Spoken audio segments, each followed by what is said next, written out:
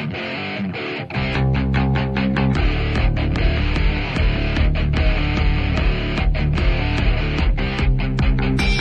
lies and buying time, killing people next in line. Lower classes, social slime, they don't matter. Genocide, sick from water, sick from air. Making money, they don't care. Caesar shit, force of air. Fuck them back, it's only for they bomb. They shoot, they kill, they massacre, rape. They burn the kids, no one makes fun.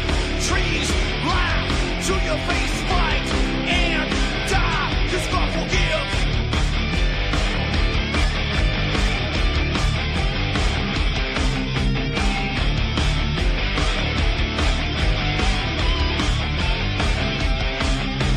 Selling lies and buying time, killing people next in line. Lower classes, social slide, they don't matter. Genocide, sick from water, sick from air. Making money, they don't care. See the shit, force a bear. Fuck them back, that's only fair. They bomb, they shoot, they kill, they massacre, rape. They burn the kids, no one makes fun. Trees, laugh to your face, fight and die, 'cause God forgives. Yeah. Coming back around again.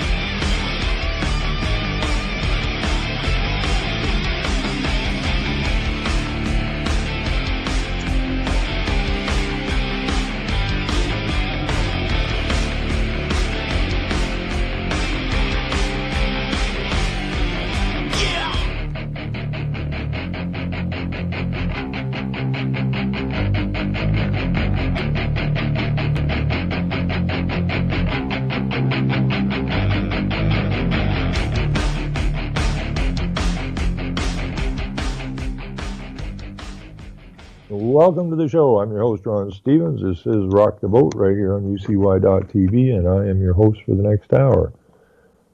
It is the 17th of April. I don't see any flowers up in the yard. I don't see the yard. All I see is white. Still buried in the snow.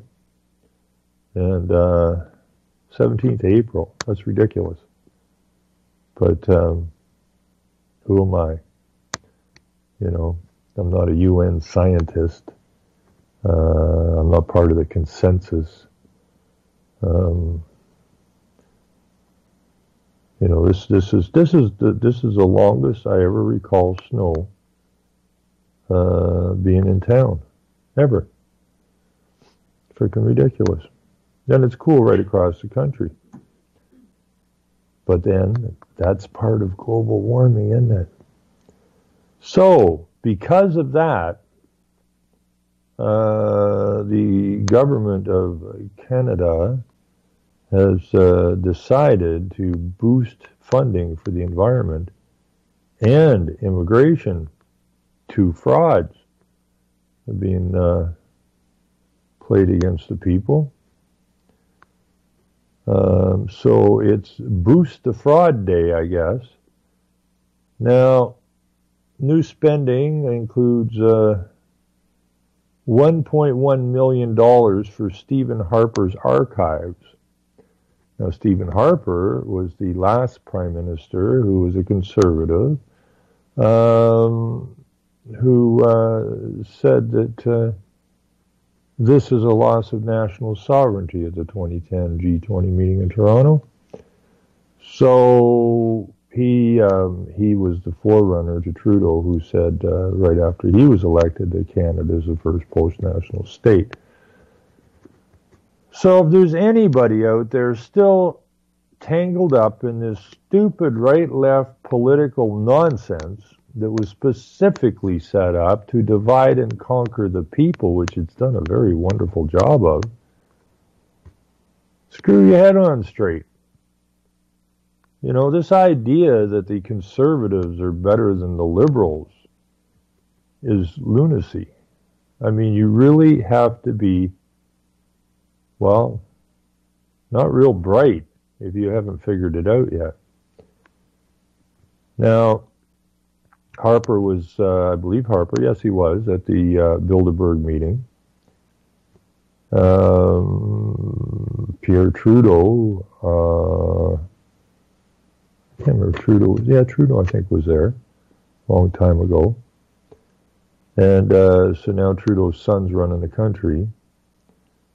And Finance Minister Bill Morneau was at Bilderberg, shakes hands with Prime Minister Justin Trudeau as he arrives in the House of Commons prior to tabling the federal budget in Ottawa on Tuesday. Was the picture. This is from February. Environment, immigration, trains, and trains. Let me do this again. Environment, immigration, trains, and those who fight gender-based violence will be getting a lot more money in the year to come, according to detailed spending plans tabled by Prime Minister Justin Trudeau's government Monday. A review of the main estimates for the coming year also shows that the government will be spending a lot less money on most of its regional economic development agencies. The government's main estimates offer a window into its priorities. For example, under the previous Conservative government, departments involved in defense or public safety often saw an increase in their budgets, while other policy areas like environmental protection saw their spending cut. Overall, spending will be up 7% over last year's main estimates and 2.1% over what the government actually spent last year. The main estimates outline the base budget for each department or agency. So we're going to have a big spending bump for the environment. Some of the shifts in spending can be explained by programs and projects that have come to an end or new projects promised in Finance Minister Bill. I've been to the Bilderberg meetings, Morneau, most recent budget. And then there are the one-off expenses such as Library and Archives Canada plan to spend $1.1 million to acquire former Conservative Prime Minister Stephen Harper's archives. Many, however, reflect the Liberal government's policy priorities. The budget for environment will increase to $1.5 billion in the coming year. That's 53.5% more than it was initially allocated last year and 23% more than it ended up spending last year. The biggest increase in that envelope will be $473 million for the Low Carbon Economy Fund, part of the government's strategy to reduce carbon emissions. The Pan-Canadian Framework on Clean Growth, and Climate Change gets $14.5 million, while there will be an extra $14.4 million for Freshwater Action Plan and $13.8 million more for cleaning up contaminated federal government land. The estimates say that the money will allow the department to provide national leadership on climate change. Whoopee! However, spending will drop by $12 million for the Species at Risk Act, and spending on remediation of contaminated sediment at the Randall Reef in Hamilton Harbor will decrease by $15.2 million. Immigration, refugees, and citizenship is getting a 43% bump in spending over last year, main estimates, to $2.3 billion. That's 17% more than it up spending last year. Much of the increase, $289.9 million, is the result of immigration levels the Trudeau government set for 2017 and its plan for 2018 to facilitate the entry of top talent and to support family reunification and protection of refugees. Healthcare for refugees will get an extra $89.8 million. They don't round this off, eh? I mean, what are these guys just sitting in the office goofing around? Like, how much you want to put in immigration? I don't know. What do you say? 290 million, 300 million? No. Let's make it 289.9 million. Well, that sounds good. You know. So healthcare refugees will get an increase of not 89 or not 90 million, but they'll get 89.8 million. And spending on implementation of biometric screening in immigration system will increase by 28.1 million, offsetting the increase will decrease will be a decrease of 58.1 million in Syrian Refugee Initiative, which is entering its final phase. Now, there's a lot of money being thrown around, and none of it's going to the people here in the country.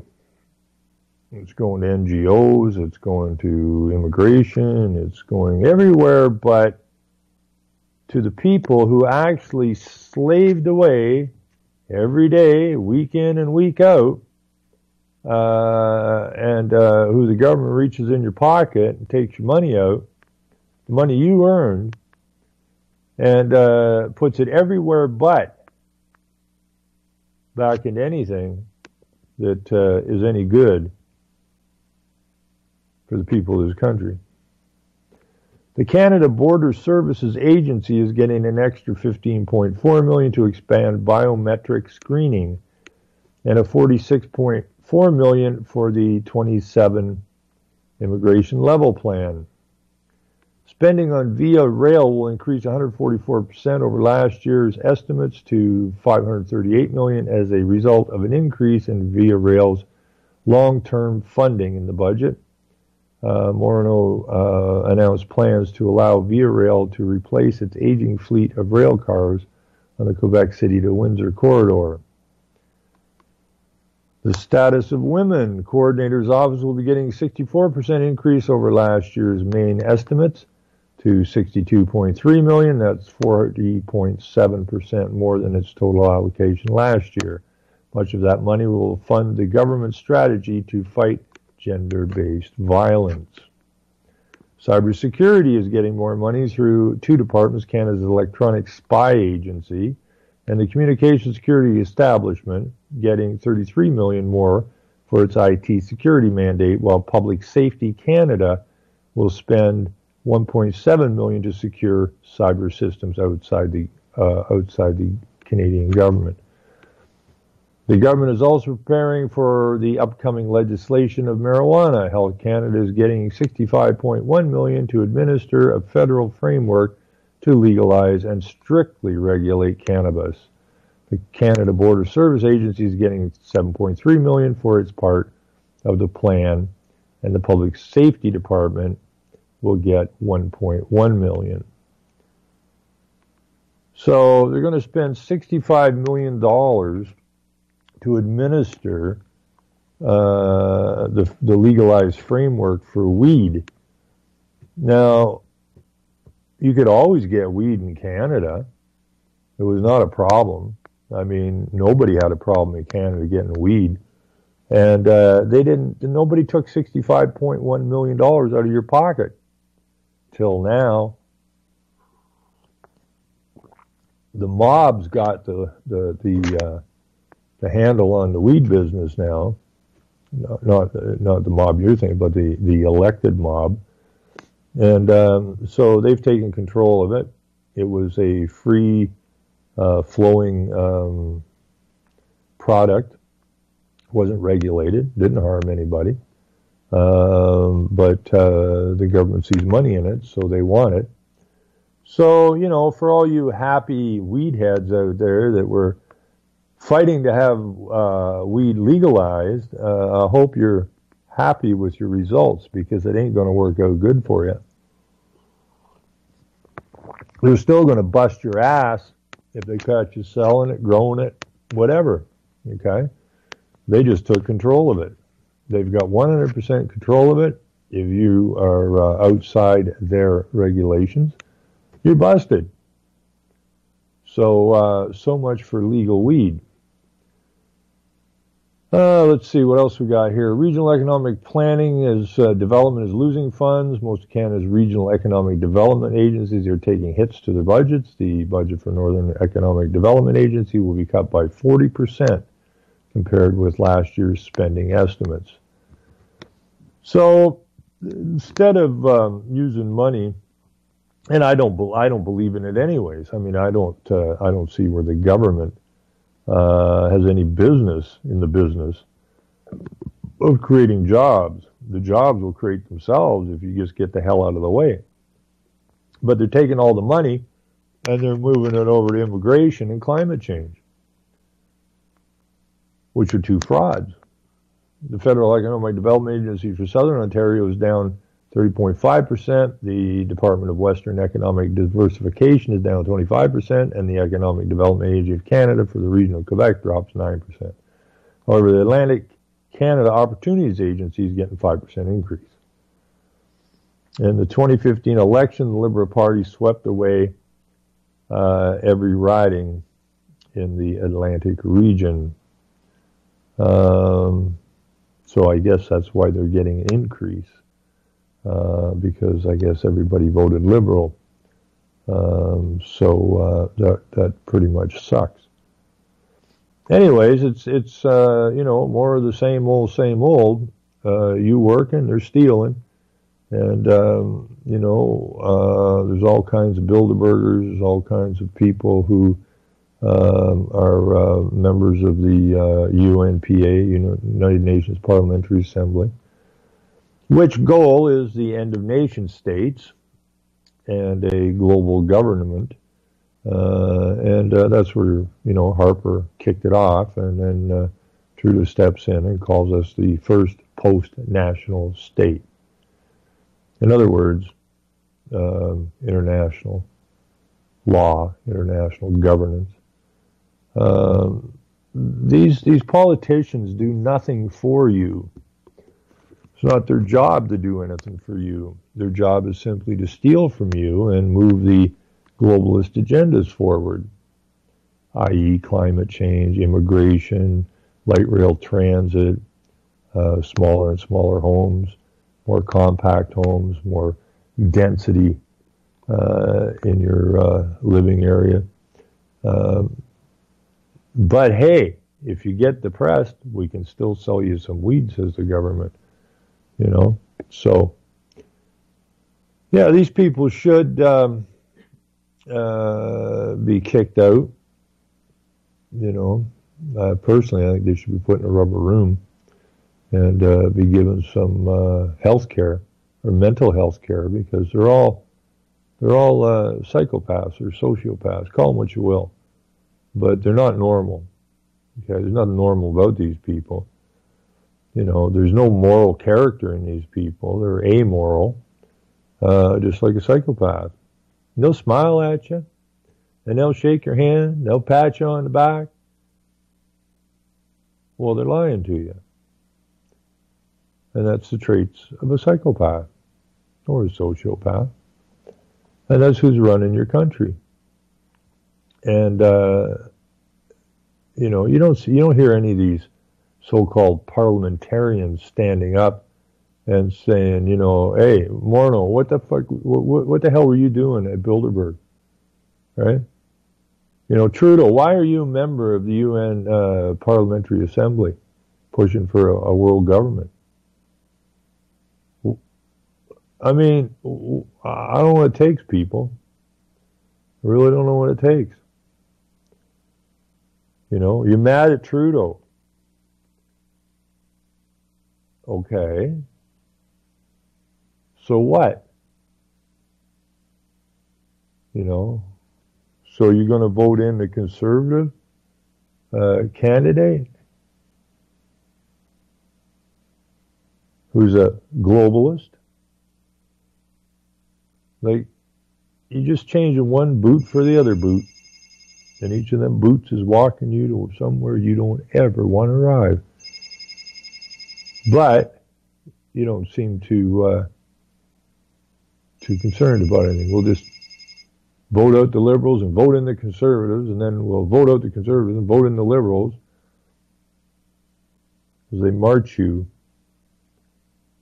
to a place you don't want to arrive at. So anyways, that's part of your budget, and that's all well and good, I guess. And we got the Ontario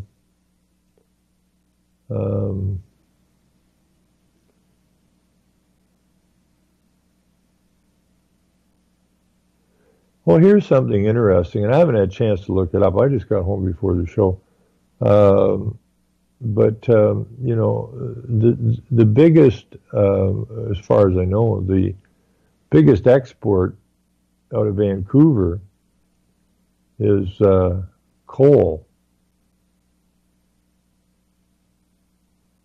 Well, wait a minute.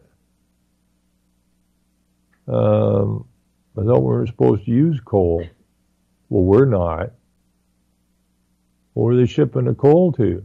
Well, I don't know. I'll have to look it up, but I would take it China, probably India, because that's where all our manufacturing that went to. And they're running coal plants.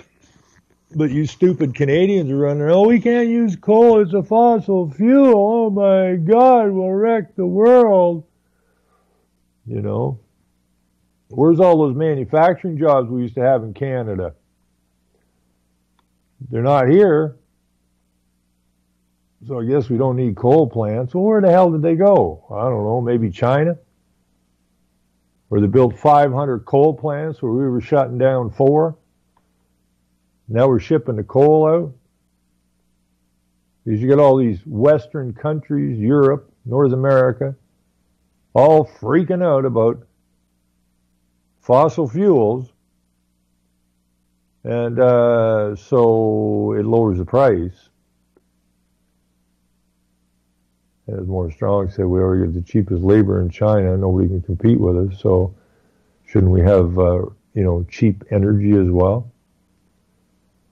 So we're digging the coal out and shipping it out. And now we, big hoo-ha here about the pipeline, the trans, what is it called? Trans Mountain Pipeline or whatever it's called, to pump oil to the West Coast. Now, where's that oil going? You know, we're paying ridiculous amount of money for our fuel here, but apparently we have lots of it. We have enough to export.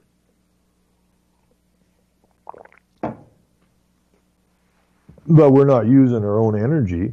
We're not using our own resources. We're shipping them out of the country.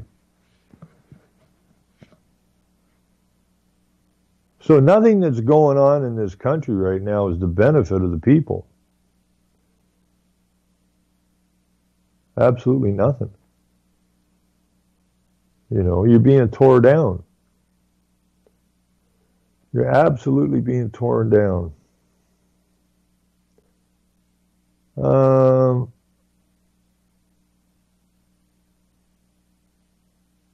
Let's see what else we got rooting around here. One thing that's quite incredible is the Humboldt GoFundMe of the young hockey players and coaches and others that were killed in that bus accident. 16 of them last count I had. And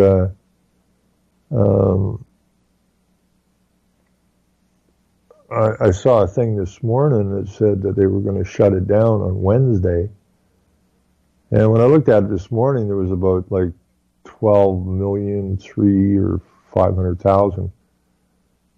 And when I got home tonight, it's 13,317,000. So people must have took the opportunity to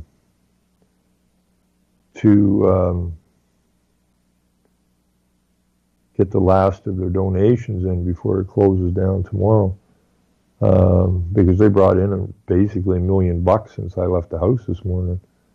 So what they're going to do with the money, I'm not exactly sure. I'm sure they're not sure. I mean, they probably thought when they put up a 4 million goal, they were pushing their luck, but you know, they bypassed that, and it's only 10 days.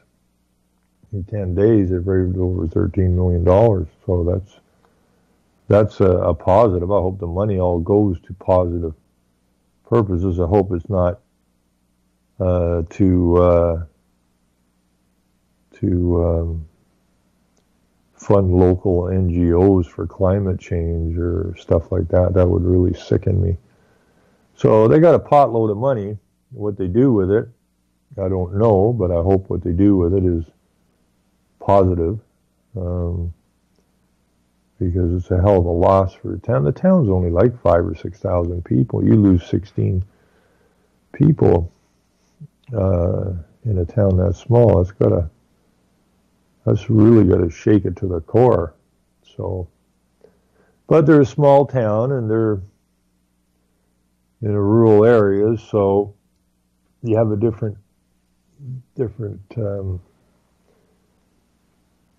group of people there. Likely the people are probably much more moral than they are elsewhere.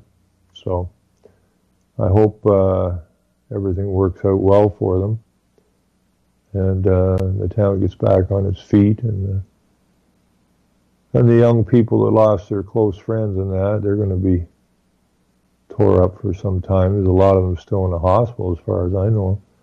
Some of them are paralyzed. So, 13 million plus used properly will go a long way for the community in that, and those in the community. So that's a good thing. It's a very good thing, actually. Now, I want to go back here. There's another story. This was out yesterday. It says here that the Liberals loosen rules that exclude immigrants on medical grounds. Immigration Minister Ahmed Hussein, who's a Ismaili Muslim,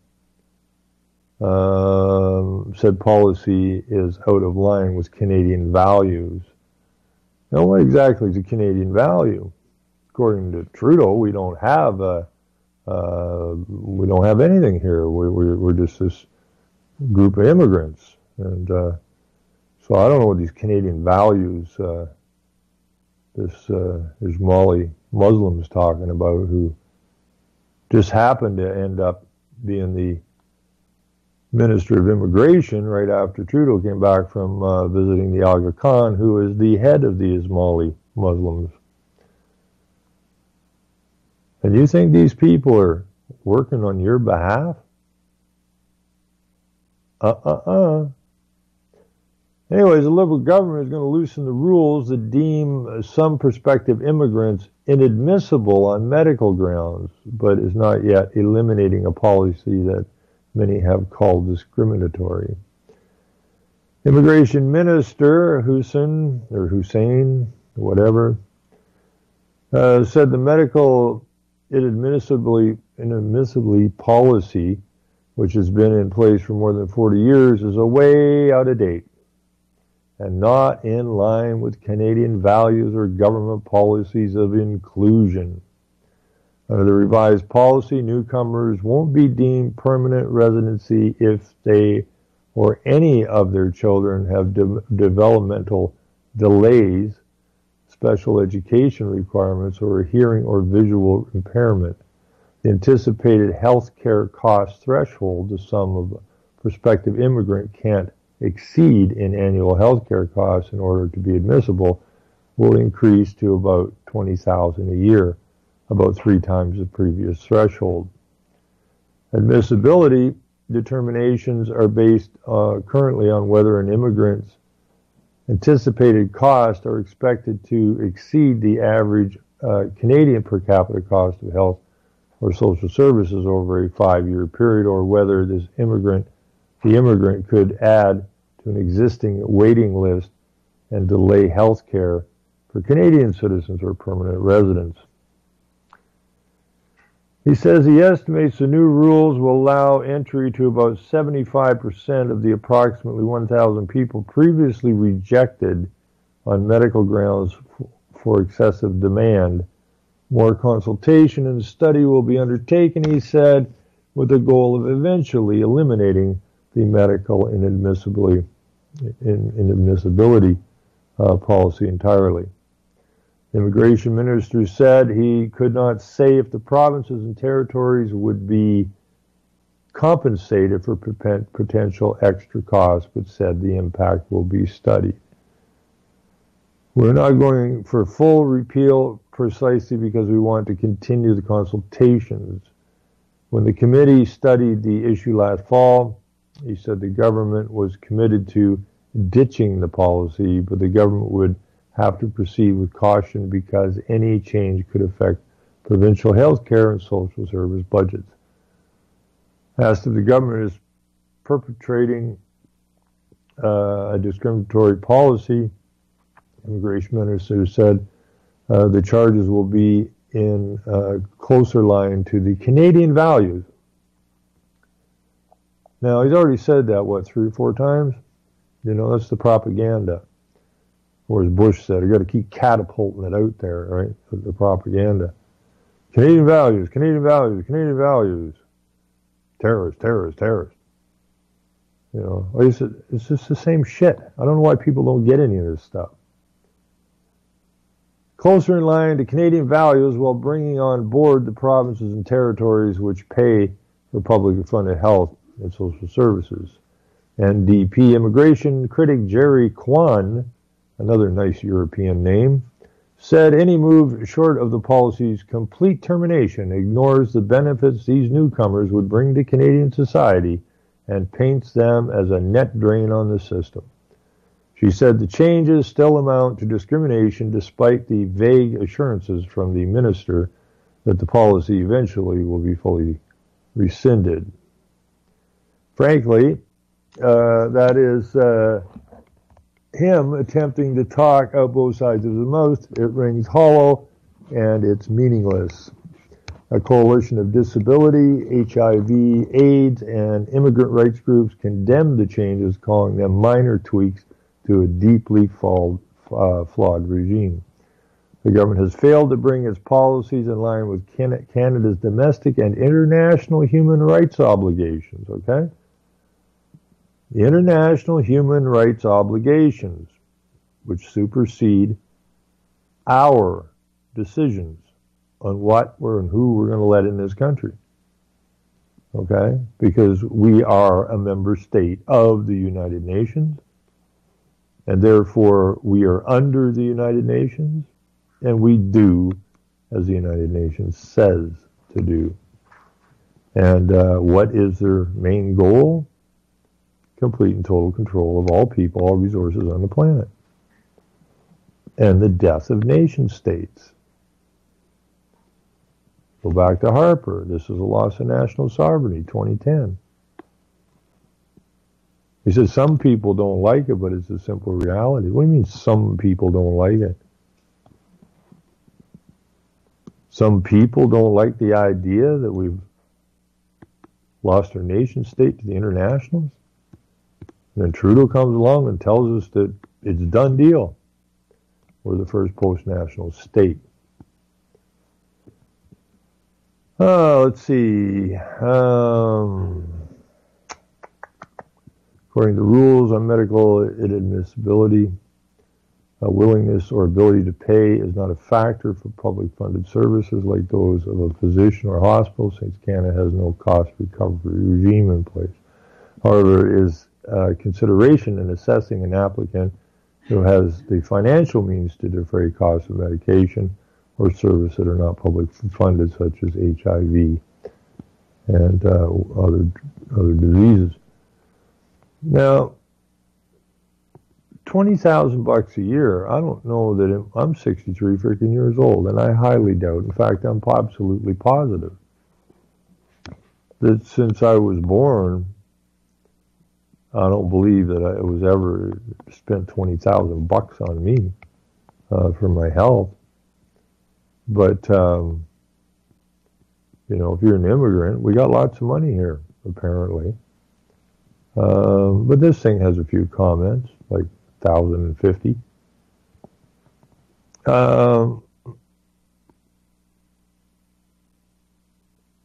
So, people are not happy. I mean, they're working every day, busting their asses. And, a typical example is you can look at the veterans, you can look at the native people on the reserves and super substandard housing. Water ain't drinkable. And here you have the government that's going to spend all this money on water and environment and all this kind of stuff. And after all these decades, the native people still don't have decent housing, decent water, decent medical, decent education. I'll take back the decent education, because that's not just the natives, it's everybody in the country doesn't have decent education. But if a country as rich as Canada, and we are the richest nation, bar none, on the entire planet, still can't get water, and I forget where we stand. We're way up there. We're probably number one in the amount of fresh water per capita. I would think that. I can't see anybody else being higher than us. We apparently have all this technology, but we still can't get clean drinking water to the native people. We got more trees per capita than anywhere in the world, and still can't build them a decent house to live in. It's really quite sad. There's a very good one. Ron LeBlanc put in a comment here. Okay, Canadians, to the end of the line. And that's about where we are now. If you're a multi-generational Canadian, likely of European stock, go to the back of the line, because you don't matter anymore.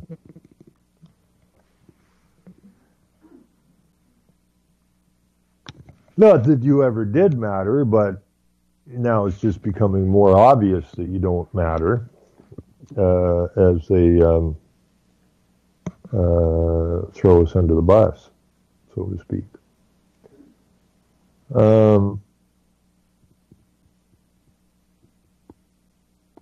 It's really quite ridiculous.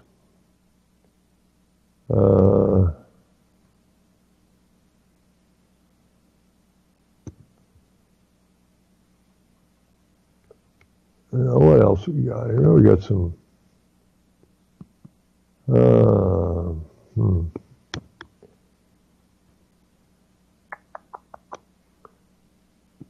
What do we got here?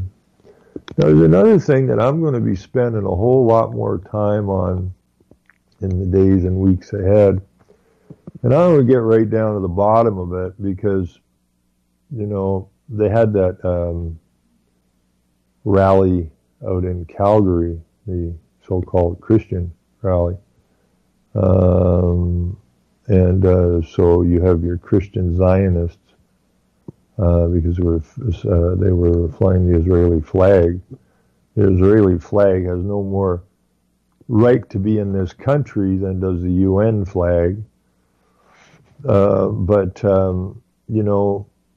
I heard so many of these speakers referring to themselves as Judeo-Christians. And, it's just another fraud. It's another manipulation. Canada's, Judeo-Christian society is not, it's a fraud. It's that simple. And I'm going to be dealing with that more and more as I get more time to look into it. Now, Billy Graham, who just passed away not too long ago, was the White House preacher, pastor, whatever he called himself. And, he was pushing the Judeo-Christian rhetoric.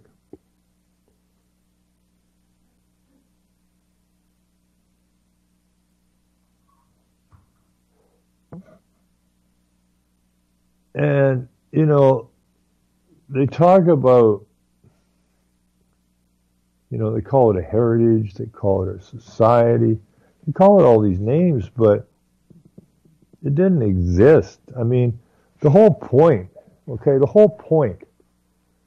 of, as far as I can see anyways, of this Judeo-Christian nonsense was to get people on side for the state of Israel. Now, there's no mention that I can find of Judeo-Christian until mid-late 1800s. In 1913, we had the Jewish-run Fed set up. And then we had a world war called One. And part of the deal was to set up the state of Israel. And this is the time period when they really started pushing the Judeo-Christian ethic, or lack of ethic, or lack of morals. So it isn't that old. You know, if you look back in history, the Judeo-Christian deal is quite new. And it had a very distinct purpose. And that was to give the Jews and Rome/Vatican/Catholicism a foothold in the West or in North America. It has nothing to do with faith. It's political. It's a political entity to work towards their world government, world control.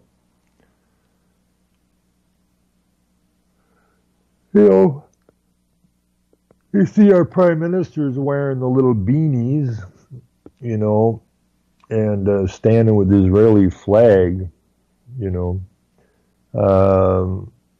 Judeo-Christian.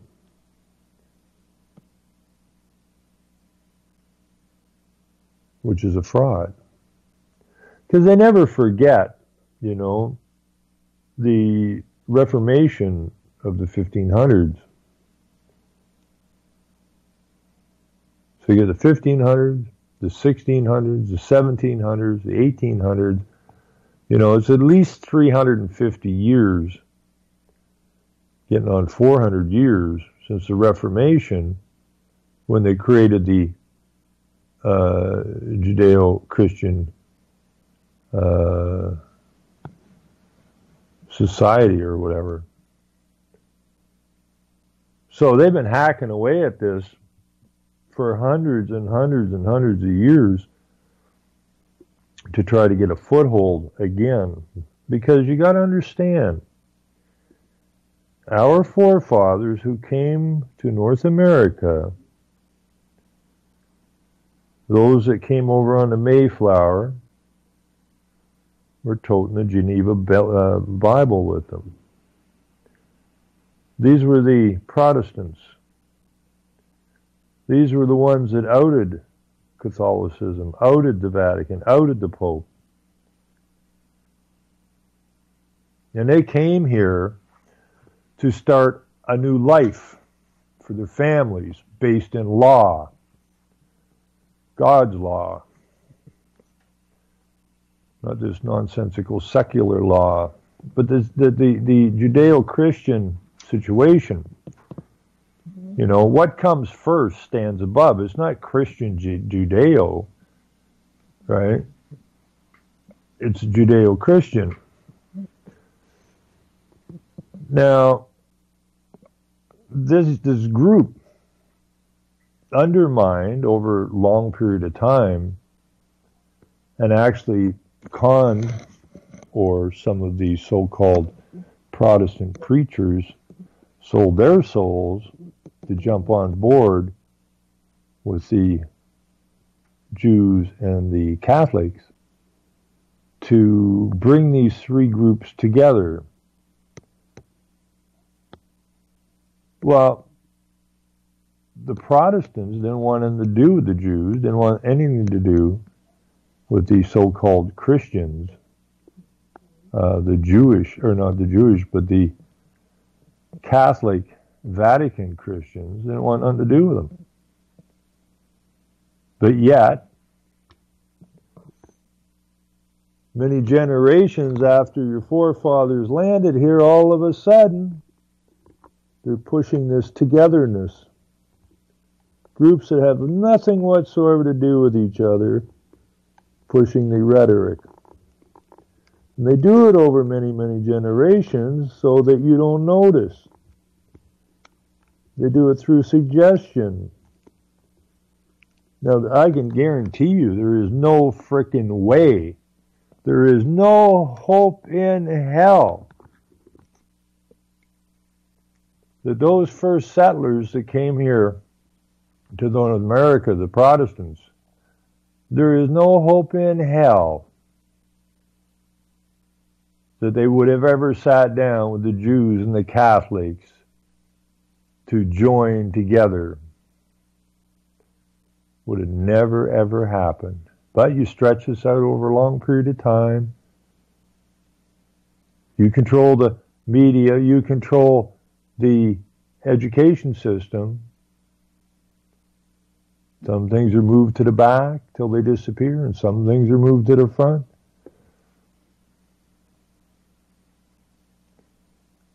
So there really, the Judeo-Christian thing really didn't, while it was mentioned in the 1800s, it really didn't pop its head up, so to speak, or really get a foothold until somewhere in the 1930s, which is damn recent. Now we've been secularized. We're now secular nations.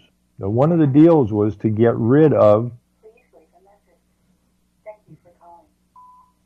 Hey, pal, are you sitting there? You anywhere near your phone? Are you on the road? Are you in a snowstorm? Are you shoveling snow? Are you looking at snow? Are you sick of snow? Hello. Hello. That was a funny phone call. He's doing a show. So, and if you look at the Catholics way back when, where did this secularization come from anyways? Where did secular come from? Yeah. It came from the Catholics. Not that I know. But then our forefathers realized that they were evil. Okay. So the idea is to make government your God. Now they brought the sin taxes with them, just like they had in Rome.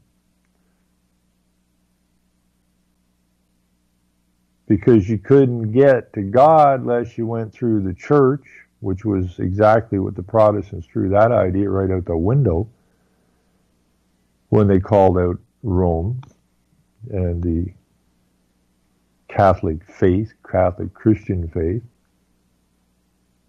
So what we have now is we have the government has become God, or the church, and you can't get anywhere without paying sin taxes. All of these statutes, rules, and regulations that this legalism nonsense has nothing whatsoever to do with law, but it's a great way to collect cash.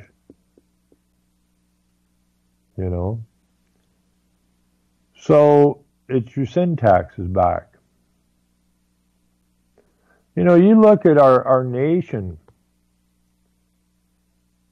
since the First World War, when they brought income tax in just to fund the war. This is all Jewish stuff. And it was only supposed to be temporary. Well, it's pretty long temporary, because you're still digging your pockets. So this whole Judeo-Christian thing is a crock of nonsense. It's a fraud. Take heed, no man deceive you. Well, got deceived again. You know, and long before there was anything called Islamophobia, there was Judeophobia. In other words, you couldn't say anything bad about the Jews. Now, I'm sure when I look it up, I'm going to find this is when they started moving in this Judeo-Christian nonsense. So you can't say anything bad about a Jew. Just like now you can't say anything bad about a Muslim. Now you have a whole bunch of people in Canada, United States and that are angry about female genital not manipulation, but whatever. But if you look at the Jews do male genital nonsense. I mean, if you look at the way the Muslims kill their animals, it's the same way the Jews kill their animals. The Jews don't integrate. The Muslims don't immigrate. Well, that's odd. Well, not really, because they're both Semitic. And now we have the Protestants, the Catholics, and the Jews wanting to bring Islam in under the same umbrella. Now, I know our forefathers are probably kicking at their caskets, going like, are you people brain dead? What the hell do you think we came here for in the first place? To get away from this nonsense. And now you're funding it into your country. What are you, nuts? We've really gone downhill, folks. We're so easily manipulated now. It's ridiculous. I guess after they got the majority of the people to believe in global warming, they thought, okay, we got them now. These people are completely brain dead. We can do whatever we want with them. Anybody stupid enough to think that they have the capacity to wreck a climate somehow, or wreck a planet somehow, is a fool. So they got you to believe that. So now the same group of people that brought us the Judeo-Christian ethic or society are the same people now who are going to bring you the Judeo-Christian Muslim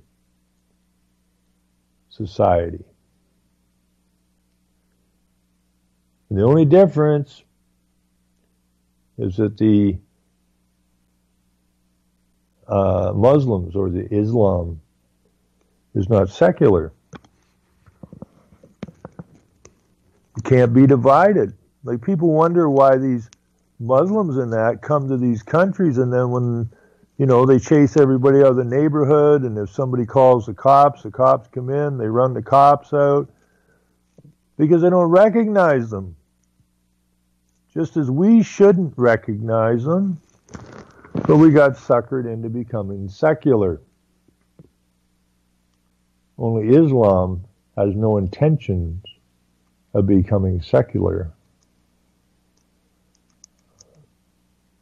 They intend to overrun your countries through massive births compared to the general population. And you're going to pay to house these people in your countries. And as they get set up,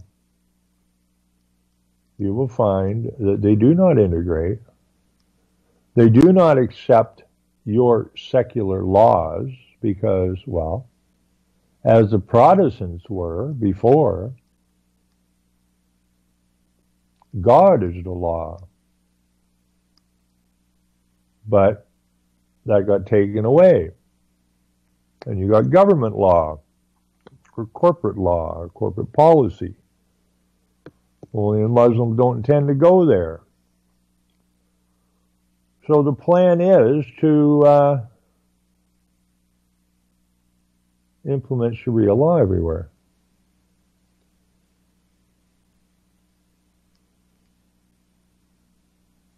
And that can't happen. But it's really amazing because when you look at this, the very same group of people, I mean, nobody wanted the Jews around. They got kicked out of like 109 different countries. For the longest time, a Catholic could not hold public office. And that's all changed. But this was all based on the knowledge that our forefathers possessed, of which we apparently don't possess any longer.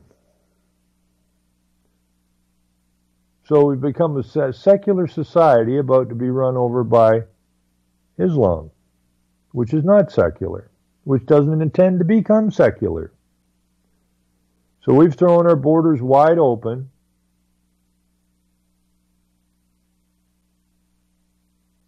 so that our nation can be destroyed. Why are we doing that? Why are we allowing these two big globalist politicians to destroy our nation? The nation certainly doesn't belong to the politicians. Well, you'd think by their actions it does, but it doesn't. Richest country on the planet. More resources per capita than anywhere on the planet.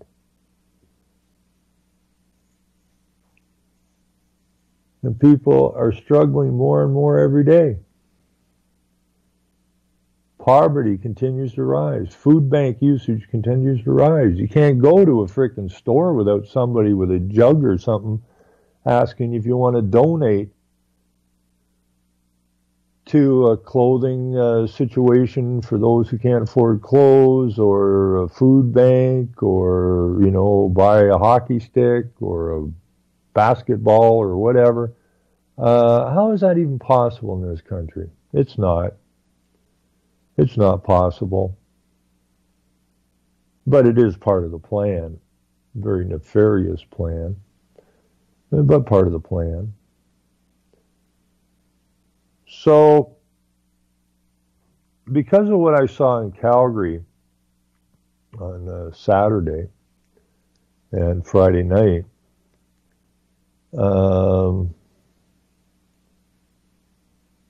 it's just another group of deceivers. Total deception.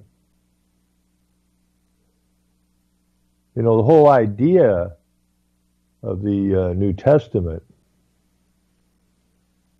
was to vacate the Old Testament. Yet at that meeting, people are yelling hallelujah, and I'm thinking, and they're flying an Israeli flag. Well, hallelujah, that word does not show up in the New Testament. Just like the words human and legal don't show up in the New Testament. Okay, these are all things that enslave you. And make your so-called government God.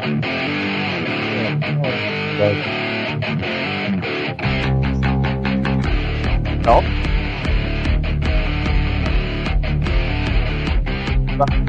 Selling lies and buying time, killing people next in line, lower classes, social slime, they don't matter, genocide, sick from water, sick from air, making money, they don't care, Caesar shit, force of air, fuck the back, it's only what they want, they shoot, they kill, they massacre, rape, they burn the kids, no one makes gun, trees, lie to your face,